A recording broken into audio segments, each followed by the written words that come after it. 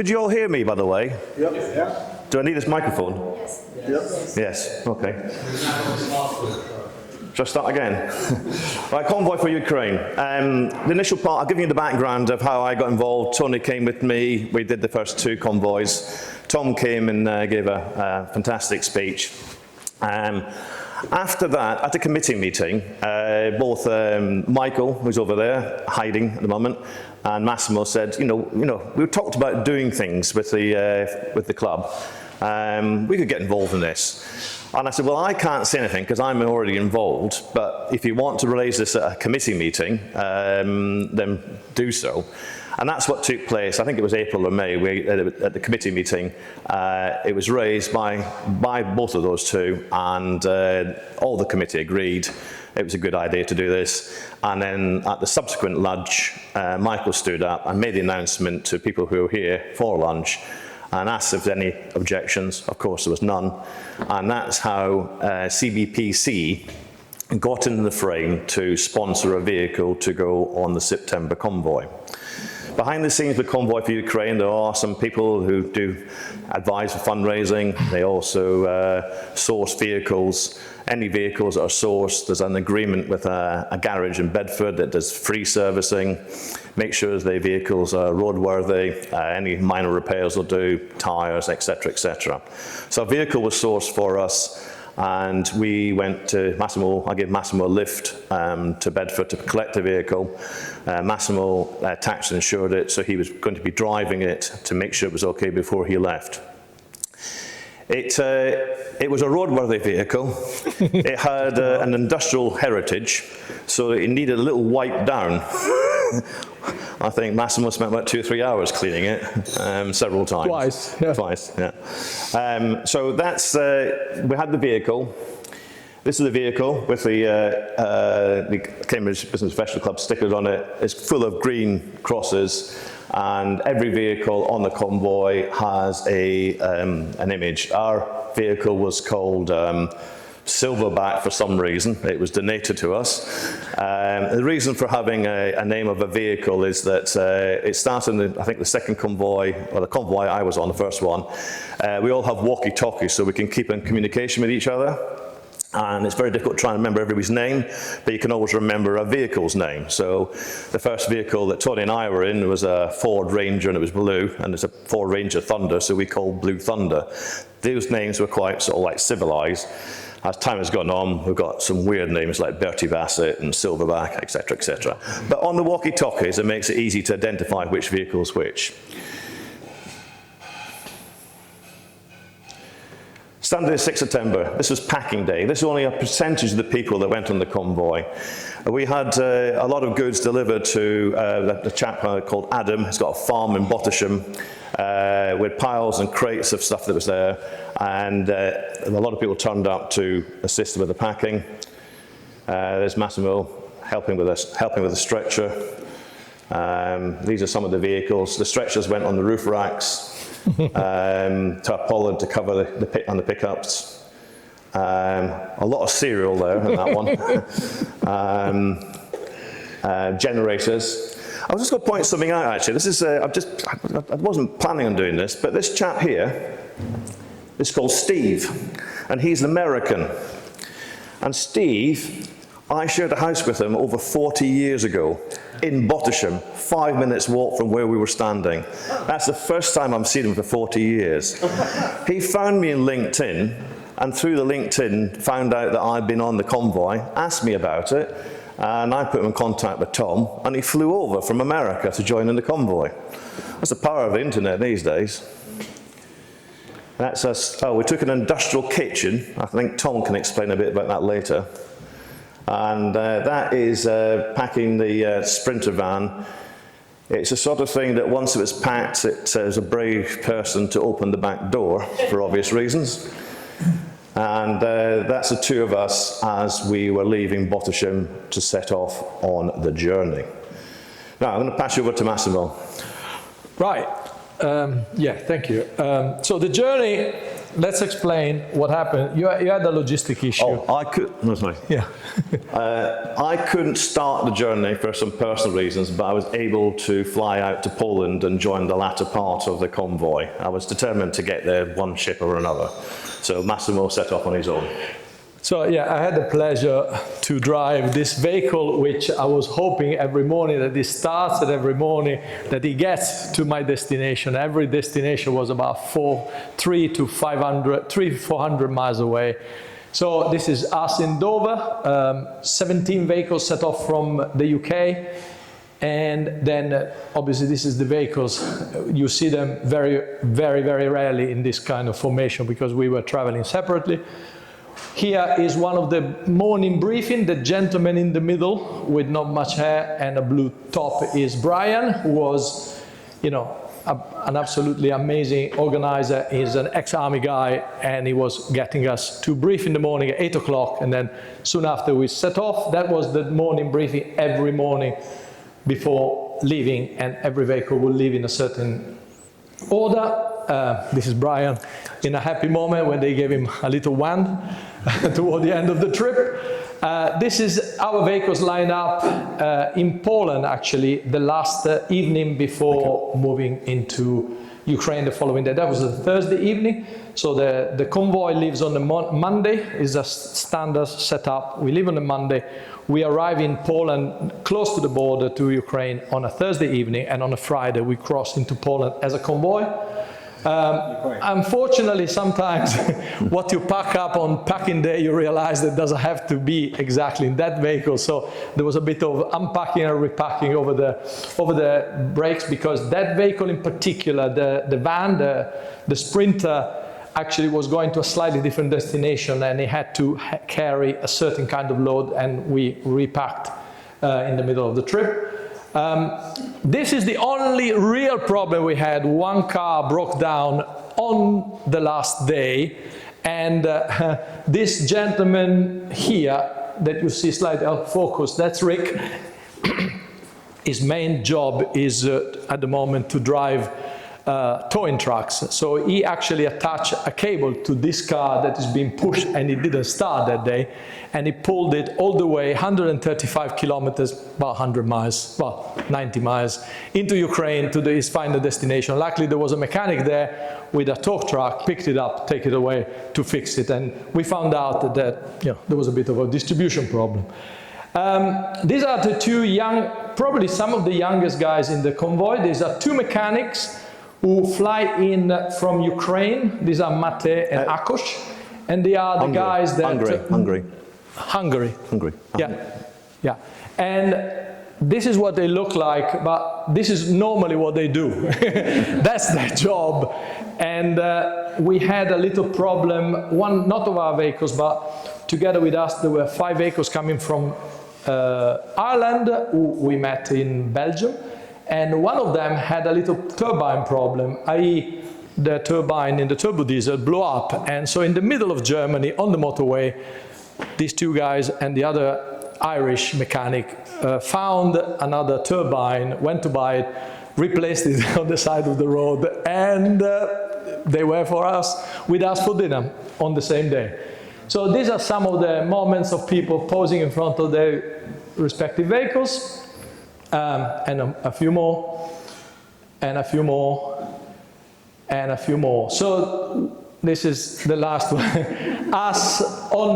Here we are in no man's land. We are exactly between the Polish border and the Ukraine, about to enter Ukraine. As you can see, Fergus managed to buy an ice cream.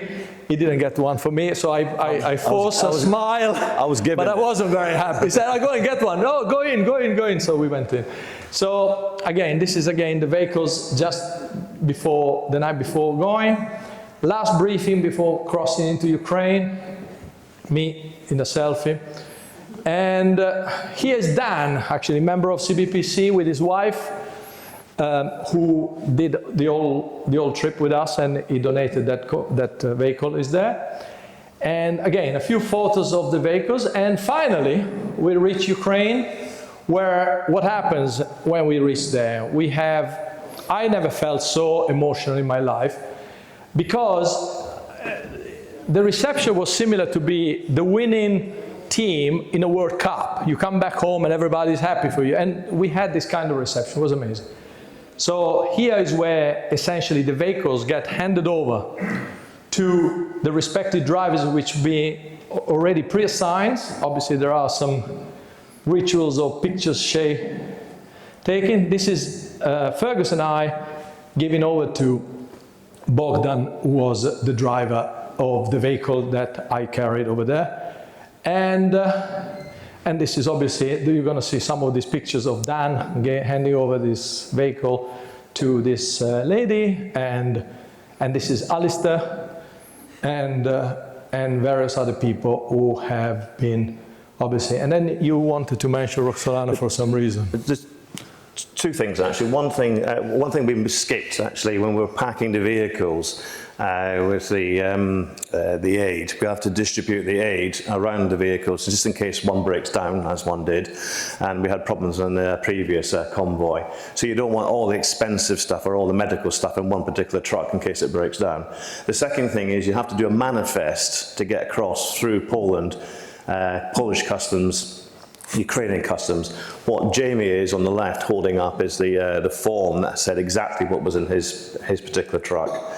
On the right-hand side, there's some Ukrainians, and the person on the right-hand side is Roxolana. She's one of the main people that organises getting across the border. She's really, we depend on her an awful lot. Yeah, thank you. And yeah, so this is the little group of the Irish guys that actually were very well organized. They had T-shirts with their logo on it. And this again, another picture of Fergus and myself just before we hand over the vehicle. And then there was a bit of a celebration. So the handover is done in a car park of a restaurant. And then there are a few speeches of various people, and they offer us a meal, which was a lovely meal. And that's the lady in the middle with the T-shirt, which reads, funny enough, something that you would initially think is something else. She is Vita, she is Victoria, she's a Ukrainian national who has been living in DC in America for the last quite a few years. And she comes along, and she's also one of the main coordinators of this collaboration between us and the Ukrainian counterpart. And I think I'll give it back to Fergus for the statistics. Okay, this is some stats. This is the largest convoy to Ukraine that's taken place. 39 volunteers from 10 different countries, 22 vehicles, including 18 pickups, 2 vans, 1 minibus, 1 ambulance. I've got to mention, actually, the ambulance was driven by 2 paramedics, because to take an ambulance out of the UK with blue lights that can operate, you have to be a paramedic, otherwise the blue lights have to be taken off. There was new medical aid. There was £25,000 worth of tourniquets, dressings, syringes, ECGs, AEDs, echo flows, stretchers. I think there's, I can't see that from here, but there's water filters delivered from the Rotary UK Club to Rotary Ukraine, and £6,000 worth of hygiene products, van, and half a professional kitchen, which I'll let Tom talk about that at the Phoenix Centre. It's important to note that this figure of each truck saves 50 lives. And if you think about it, one truck costs $3,500, so every £70 of fundraising saves a life. That makes you really think. I'm going to go back. I'm going to come on to this in a second. On the March convoy,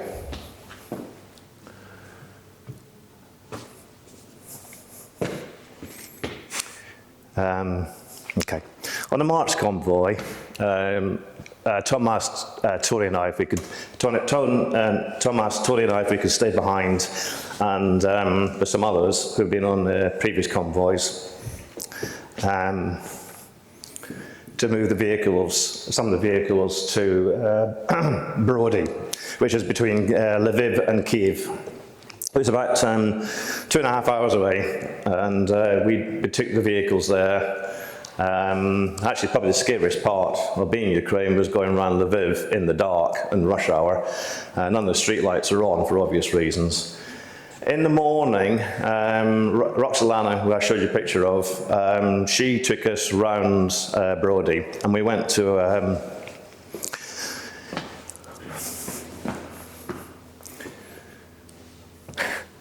we were taken to a depot where we could see the aid being distributed. I can't do this, you know. Johnny, can you come up and do it, please?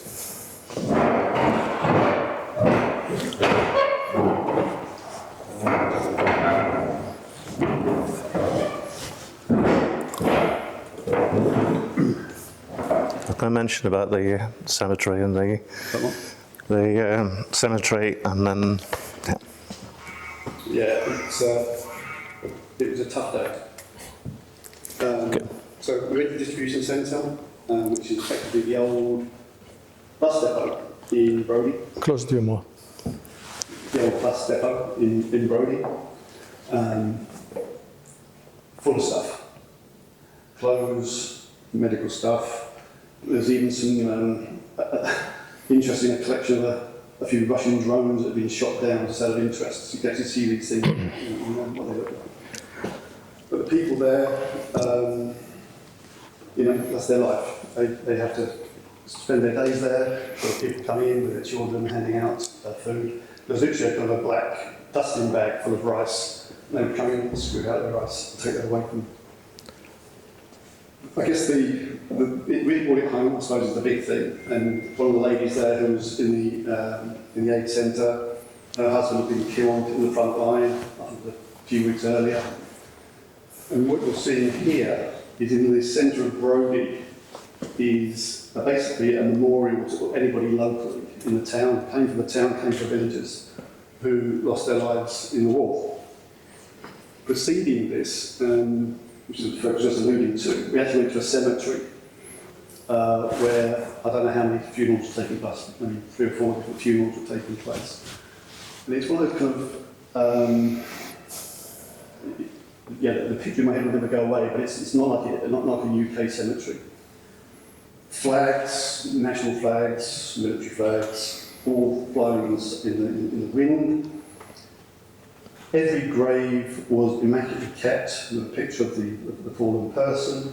There were people sitting around the graves, family members, tending to the graves, picking the weeds out, having drinks, like either of wine or a cup of coffee, just wanting to be with their fallen family.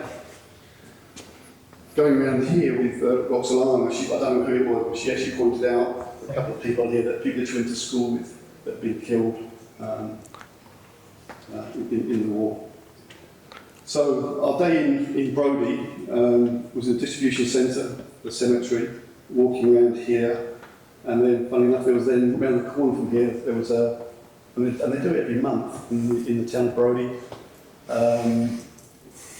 They get together in the town square, and they have speeches and they have talks from people, again, that will be affected directly by this. And then they just kind of come together as a community to be with each other, as simple as that. So a very, very moving experience for sure. I can do that. I can do the last bit now. You can do the last bit, right. Sorry, the bit that gets me is when Roxolana took us through here, because there's a lot of young people, and we went, as we were leaving, we went past, and there was a man who's back to us, standing with his hand against one of the pictures. And I saw over his shoulder, it was a young lad in his 20s, and I've got 2 boys who were in their 20s at the time. And as the man leaning against it, he turned round, and his face was an older face version of the young face there. And I thought that could be me if things were different. And that had an impact on me, I've got to say. This is a quote by Edmund Burke. "The only thing necessary for triumph of evil is for good men to do nothing." I think in our own small way, I believe we are helping to shift that balance. Slava Ukraini. And now I'd like to ask Tom to come up and say a few words, please.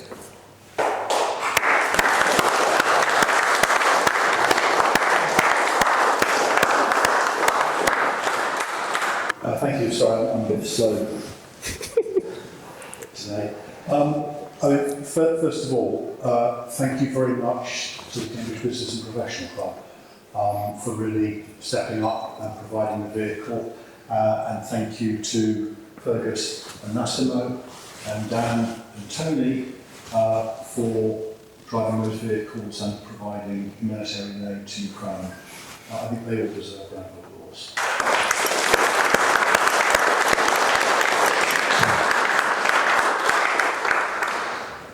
If anybody's been inspired by that, please come and see me afterwards. We are going again in February, which will be the 4th anniversary of the invasion of Ukraine. It's a really important thing to support Ukraine because this is the 3rd biggest conflict this continent has ever seen, behind the First World War and the Second World War. The Russian illegal invasion of Ukraine is now the 3rd.